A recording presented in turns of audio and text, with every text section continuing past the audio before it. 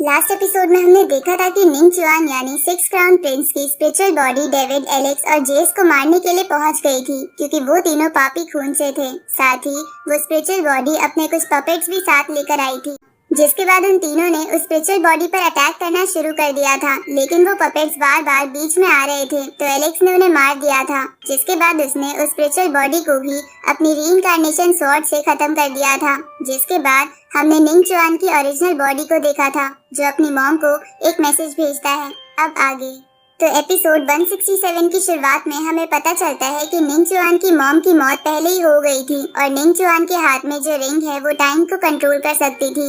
इसलिए निंग चुआन ने अपनी रिंग की मदद से अपनी पास वाली मॉम को ये मैसेज भेजा था। अब पास में हम निंग चुआन की मॉम को देखते हैं जो अपने घर में आराम कर रही थी। तभी उन्हें एक सपना आता है और वो अपने आप को एक अलग ही वर्ल्ड में पाती है जहाँ चारों तरफ लोटस फ्लावर थे और निंग चुआन की मॉम नदी के बीचों बीच थी।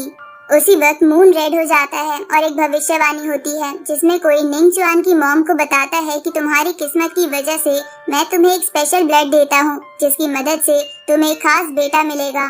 साथ ही मैं तुम्हें टाइम को चेंज करने की रिंग भी देता हूँ क्योंकि तुम्हारी पीढ़ी बहुत ज्यादा इम्पोर्टेंट है। अब ये सपना देखकर निंग चुआन की मॉम अचानक से उठ जाती है क्योंकि उन्हें बार बार यही सपना आता था।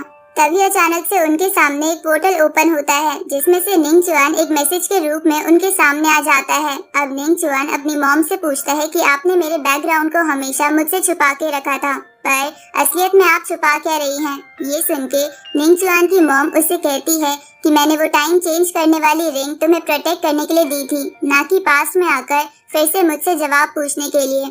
इस पे निंग चुआन कहता है कि मुझे बस अपना बैकग्राउंड जानना है। ये सुन के निंग चुआन की मॉम सोचती है कि हो सकता है कि उन दोनों की कॉन्वर्सेशन कोई लार्ज सेक्स सीक्रेटली सुन रहा हो, इसलिए वो निंग चुआन को टेलीपैथी के थ्रू बताती है कि मैंने तुम्हें जब जन्म दिया था तब मैं ट्रैवल कर रही थी और तुम्हारा जन्म लोअर वर्ल्ड में हुआ था। ये सुन के निंग चुआन चौंक जाता है क्योंकि उसे इस बात पर बिल्कुल भी विश्वास नहीं हो रहा था कि उसका जन्म लोअर वर्ल्ड में हुआ था, क्योंकि लोअर वर्ल्ड में सभी पापियों का जन्म होता है और अगर निंग चुआन की बात सच है तो वो खुद भी एक पापी खून से है। इसलिए वो अपनी मॉम से कहता है कि लोअर वर्ल्ड तो पापी खून वालों के लिए है, तो ऐसा कैसे हो सकता है?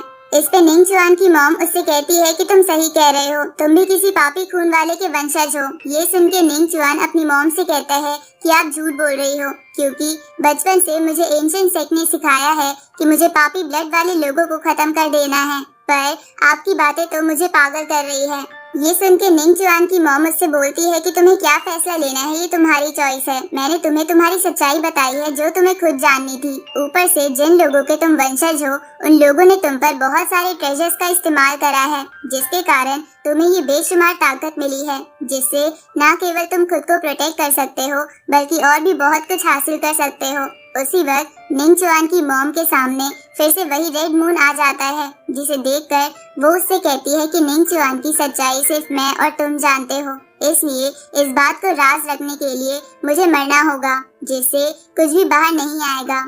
अब निंग चुआन की मॉम खुद को खत्म कर लेती है ताकि उन्हें निंग चुआन को पूरी सच्चाई ना बतानी पड़े। ये देखकर निंग चुआन के पैर कांपने लगते हैं और उसकी आंखों से आंसू आने लगते हैं। तभी वो बोलता है कि पापी खून वाले लोग तो कितने गंदे और भद्दे होते हैं जिन्हें हेवन से सजा मिलनी चाहिए, पर मैं तो बहुत ज्यादा टैलेंटेड हूँ, तो मैं पापी खून से कैसे हो सकता हूँ? अब ये बोलते हुए वो गुस्से में चिल्लाने लगता है। इसके बाद निंग चुआन एंशिएंट इमोर्टल वर्ल्ड में इधर उधर घूमने लगता है क्योंकि उसे समझ नहीं आ रहा था कि वो अब क्या करे, पर धीरे धीरे उसे लगने लगता है कि उसकी मॉम झूठ बोल रही थी। इसलिए वो अपनी कल्टीवेशन केव में आ जाता है और एलेक्स, डेविड और जेस को देखकर कहता है कि मैं पापी खून वाला नहीं हो सकता, वो ये तीनों हैं जिन्हें मरना ही होगा।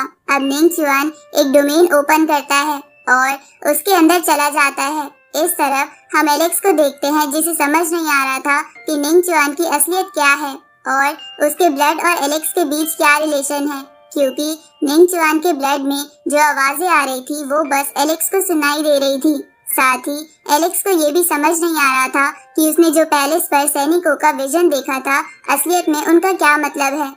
उसी वक्त एलेक्स को सोच में खोया हुआ देखकर जेस एलेक्स से कहता है कि आपको क्या हुआ है? इस पे एलेक्स कहता है कि कुछ भी नहीं, मुझे बस एक सपना आया था। इसके बाद एलेक्स डेविड से कहता है कि चलो हम अपना मैच फिर से चालू करते हैं, तो डेविड इसके लिए मान जाता है। तभी कुछ और पापी खून वाले लोग डेविड और एलेक्स के सामने सर झुकाते हुए उनसे कहते हैं कि हम आपके सर्वेंट बनना चाहते हैं ताकि कोई बाहर वाला हम पर अत्याचार ना कर सके। पर उसी वक्त आसमान नीला हो जाता है और उसी वक्त एक पोर्टल ओपन होता है जिसमें से एक एनर्जी बीम डेविड, एलेक्स और जेस पर पड़ती है। तो ऐसा होते ही वहाँ खड़े सभी लोगों की आंखें तेज रोशनी के कारण बंद हो जाती है और वो तीनों निंगचुआन के बने डोमेन में आ जाते हैं।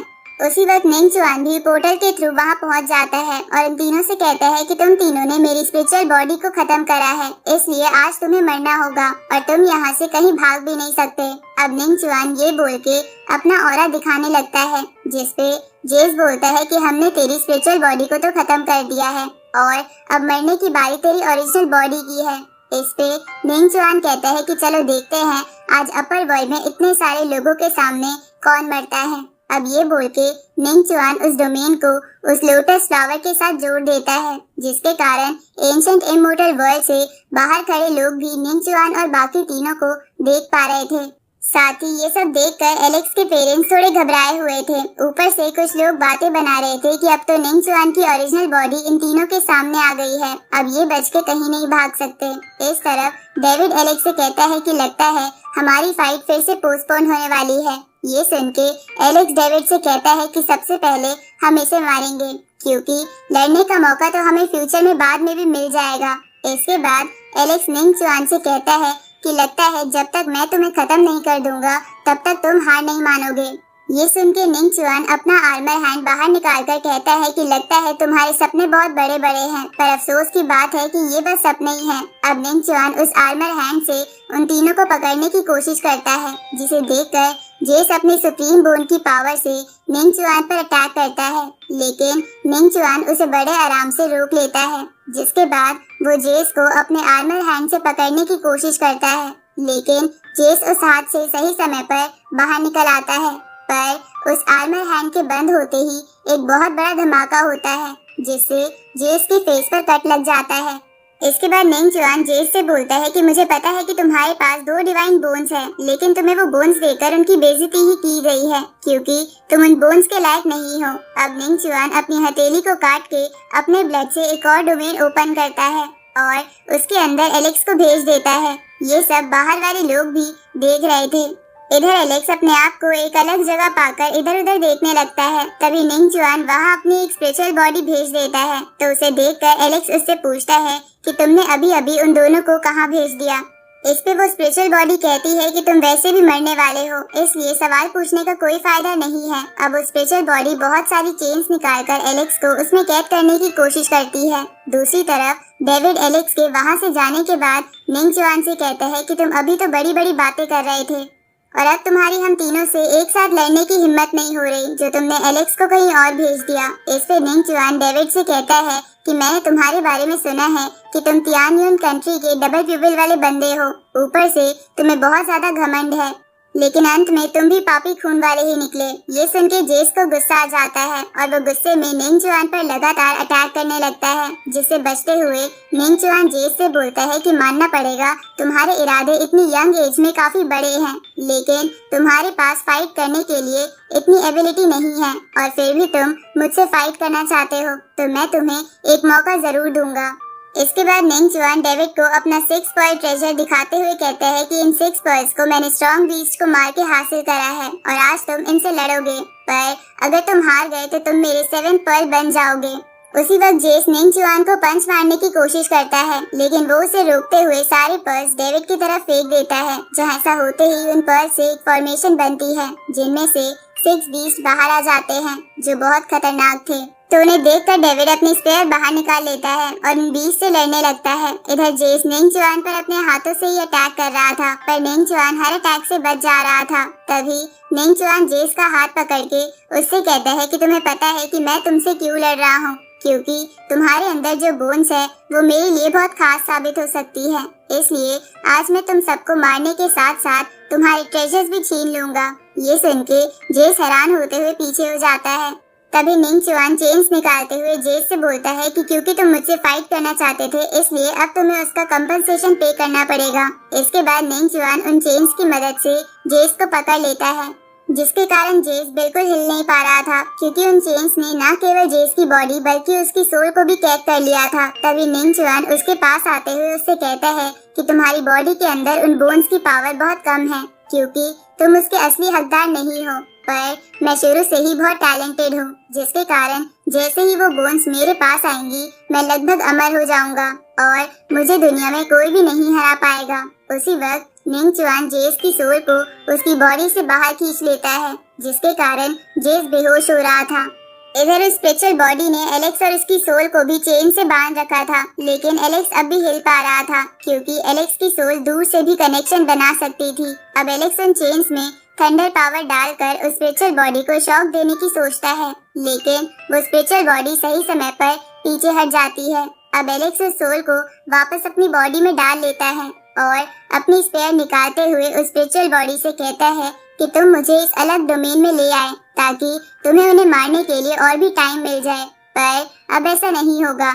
अब ये बोल के एलेक्स अपनी स्पेयर में थंडर पावर भर के निंग चुआन पर अटैक करता है, लेकिन निंग चुआन अपने इमोर्टल हैंड की मदद से एलेक्स के अटैक को रोक लेता है और उससे कहता है कि भले ही मैं स्पिरिचुअल बॉडी हूँ, पर तुम जैसा पापी खून वाला कभी मुझे अकेला नहीं हरा सकता। इस पे एलेक्स कहता है कि याद नहीं कि तुम्हारी पिछली स्पिरिचुअल बॉडी ने भी ऐसा ही बोला था। अब एलेक्स पीछे हटते हुए उस स्पिरिचुअल बॉडी पे अपनी स्पेयर से स्लैश अटैक करता है, जहाँ ऐसा करते हुए वो बोल रहा था कि अगर तुम्हें लग रहा है कि तुम मुझे यहाँ ट्रैप करके उन दोनों को आसानी से हरा दोगे तो उन दोनों को तुम अंडर एस्टिमेट कर रहे हो। इधर उस स्पिरिचुअल बॉडी ने स्लैश अटैक को रोक लिया था। उसी वक्त एलेक्स भी अचानक से अपनी जगह रुक गया था, क्योंकि निंग चुआन जेस की बॉडी के अंदर हाथ देकर वो बोन निकाल रहा था और एलेक्स उस बोन से डायरेक्टली कनेक्टेड था, इसलिए उसे भी वो सब महसूस हो रहा था। तभी वो स्पिरिचुअल बॉडी एलेक्स पर अटैक करती है, लेकिन एलेक्स अपनी स्पेयर की मदद से बच जाता है। तभी वो स्पिरिचुअल बॉडी एलेक्स पर आर्मर हैंड से अटैक करती है। दूसरी तरफ डेविड लगातार अपनी स्पेयर से उन बीस्ट को पीट रहा था। तभी उसकी नजर निंग चुआन पर जाती है, जो जेस की बोन निकाल रहा था। तो डेविड डबल पिपल आई की पावर से उन बीस्ट को दूर करके निंग चुआन को अपनी स्पेयर्स की मदद से जेस से दूर ले जाते हुए कहता है कि तुम सी क्लैन के लोगों को कुछ नुकसान नहीं पहुंचा सकते। इस पे निंग चुआन कहता है कि क्या तुमने कभी सुना नहीं कि कभी कभी किसी की ज्यादा केयर करने पर लोग खुद ही मुसीबत में पड़ जाते हैं।